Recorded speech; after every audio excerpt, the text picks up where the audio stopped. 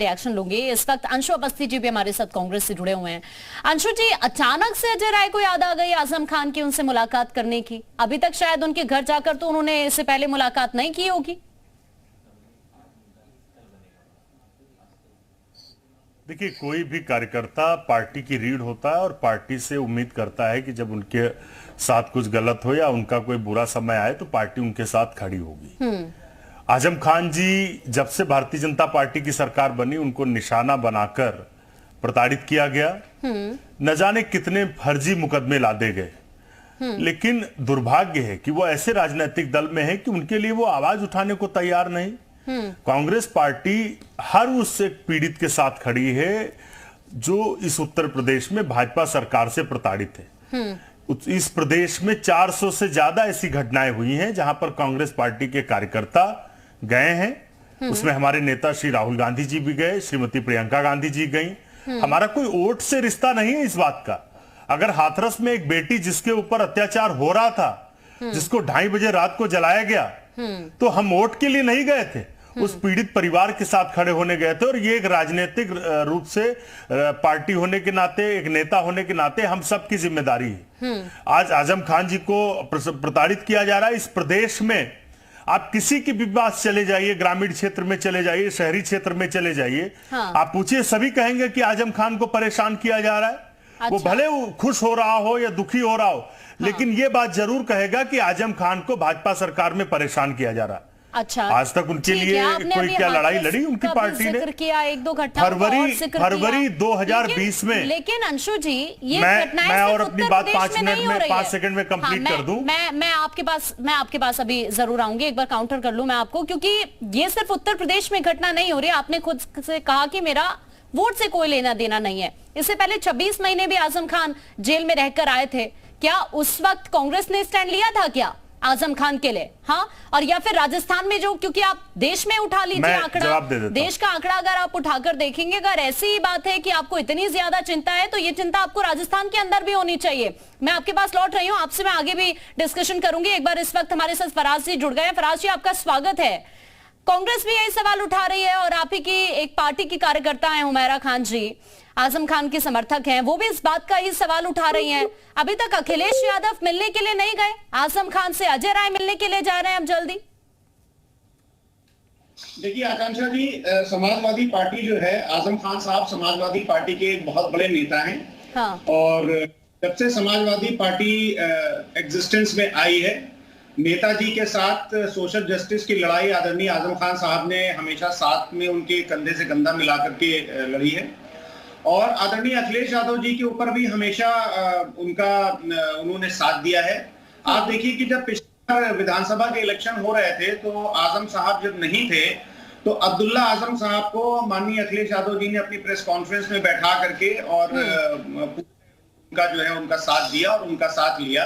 तो क्या है कि दूसरी बात यह है कि आज जो भारतीय जनता पार्टी ने माहौल बना रखा है आकांक्षा जी, कि जिस तरह से आजम खान साहब के ऊपर मुर्गी चोरी, बकरी चोरी और 5 स्क्वायर फीट की जमीन पर कब्जा और तमाम तरह से उनको परेशान किया जा रहा है, ये पूरे देश की जनता। फेक बर्थ सर्टिफिकेट है ये, तो फिर अब्दुल्ला आजम के ही थे ना, वो तो प्रूफ सभी के सामने है, सभी ने देखे हैं वो दोनों सर्टिफिकेट जिसमें डेट ऑफ बर्थ अलग अलग लिखी हुई है। वो भारतीय जनता पार्टी ने थोड़ी प्रोवाइड कराए होंगे उन्हें।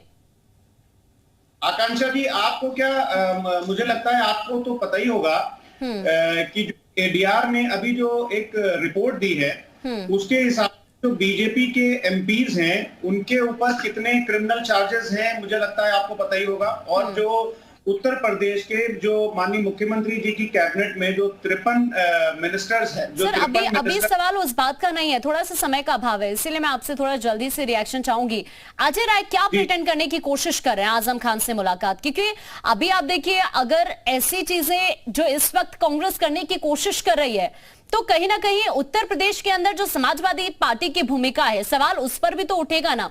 वो उस वोट बैंक में सेंधमारी की कोशिश कर रही है जिस वोट बैंक के लिए कहा जाता है कि ये समाजवादी पार्टी के साथ है। देखिए, अजय राय जी जो कर रहे हैं वो जो भारत में जो लोकतांत्रिक व्यवस्था है और जो कॉन्स्टिट्यूशन उनको परमिट करता है कि वो किसी भी जज से जाकर के मिल सकते हैं, किसी से भी अपने साथ मांग सकते हैं, तो इसमें कौन बहुत बड़ी खास बात हो गई। लेकिन अभी अंशु जी कह रहे थे कि समाजवादी पार्टी इस तरह से आवाज नहीं उठा पा रही है, इसीलिए तो हमें स्टैंड लेना पड़ रहा है। नहीं, देखिए, अंशु जी के कहने के हिसाब से हमारी पार्टी नहीं चलेगी और मुझे नहीं लगता है कि ये कांग्रेस पार्टी का कोई ऑफिशियल स्टैंड होगा। मुझे लगता है कि अंशु जी को अपनी जो सीनियर लीडरशिप है उससे एक बार डिस्कस करके और फिर टीवी चैनल में आकर के पैनल में बैठ करके ऐसी बातें करें। और मैं जो अगर अंशु जी ऐसा बोल रहे हैं, मैं सुन नहीं पाया, तो मैं इनके प्रदेश अध्यक्ष बात करूंगा और पूछूंगा कि आपके जो पैनलिस्ट जा रहे हैं टीवी में, उनको आप लोगों ने बोला है कि कुछ ऐसा समाजवादी पार्टी के ऊपर बोलने के लिए? मुझे नहीं लगता कि ये कांग्रेस पार्टी के ऑफिशियल है। अंशु जी जल्दी से आपका रिएक्शन। देखिए, कांग्रेस पार्टी हर उस व्यक्ति के साथ खड़ी है जिसके ऊपर अत्याचार हो रहा है, हर उस पीड़ित के साथ खड़ी है जिनके ऊपर अत्याचार हो रहा, और इसमें कोई दो राय नहीं कि आजम खान को इस भाजपा सरकार ने प्रताड़ित किया है, साजिशन जेल भिजवाने का काम किया है। आजम खान जी कोई चोर अपराधी नहीं है कि जिस तरीके का सुलूक किया जा रहा है कि उनकी पत्नी अलग जेल में रहेंगी, बेटा अलग जेल में रहेगा और आजम खान जी अलग जेल में रहेंगे। अब मुझे बताइए ना, इस पैनल में भाजपा के साथी बैठे हुए हैं, एडीआर की रिपोर्ट में सबसे ज्यादा भ्रष्टाचारी अपराधी बलात्कारी बीजेपी के सदस्य हैं, क्या कार्रवाई कर रहे हैं? ये तो लॉन्ड्री बना रखा भाजपा ने अपनी पार्टी को, कोई भी आता है लॉन्ड्री में धुल जाता है, साफ हो जाता है। और आजम खान ने ऐसा कौन सा अपराध कर दिया है?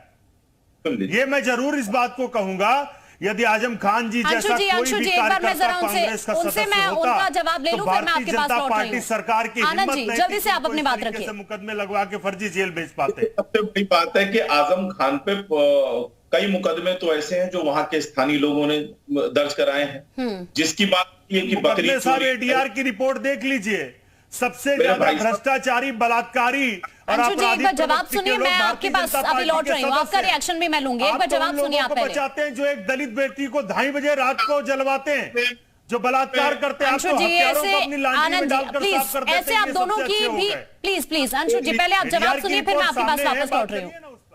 आप देख आनंद जी आप बात रखिए। आपने कितने अपराधियों को टिकट बांटा है, इस दबाव में आपको टिकट बदलने पड़ रहे हैं, ये भी जरा देख लीजिए। एक विषय, दूसरी चीज, आजम खान साहब की जो बात है, कम से कम 40-50 मुकदमे ऐसे जो वहां स्थानीय लोग, उनकी हिम्मत नहीं थी किस तरीके से जुल्म कर पाते। तो एक महिला ने दर्ज कराई है कि उसका सामान, ये वही भाजपा सरकार है जिन्होंने अमेठी में जो हमारा अस्पताल है जिसमें लाखों लोग निःशुल्क इलाज पाते हैं, उसको ये बंद कर रहे थे।